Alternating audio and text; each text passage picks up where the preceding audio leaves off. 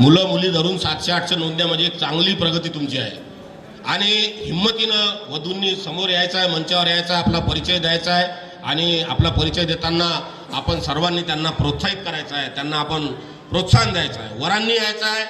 पण आता वर जेव्हा येतात तेव्हा वधूच्या अपेक्षा भलक्याशा जास्त असतात. प्रत्येकाला नोकरीवाला पाहिजे, प्रत्येक वधूच्या वडिलांना असं वाटते की मला नोकरीवाला जावई मिळाला पाहिजे, मला चांगला पैशावाला जावई मिळाला पाहिजे.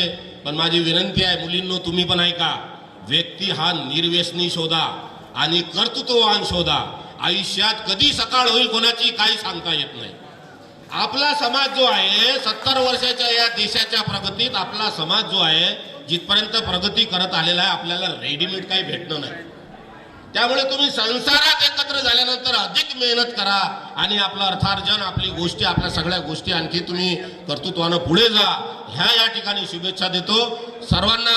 पुन्हा एकदा शुभेच्छा देत आज अशी अपेक्षा व्यक्त करतो जगन्नाथ भाऊ की आता वधूवर परिचय इथं होऊन जे काही इथं लग्नाचे योग येतील ते कोणी हुंडा घेणार नाही अशी अपेक्षा व्यक्त करतो आणि माझे 2 शब्द संपवतो. धन्यवाद.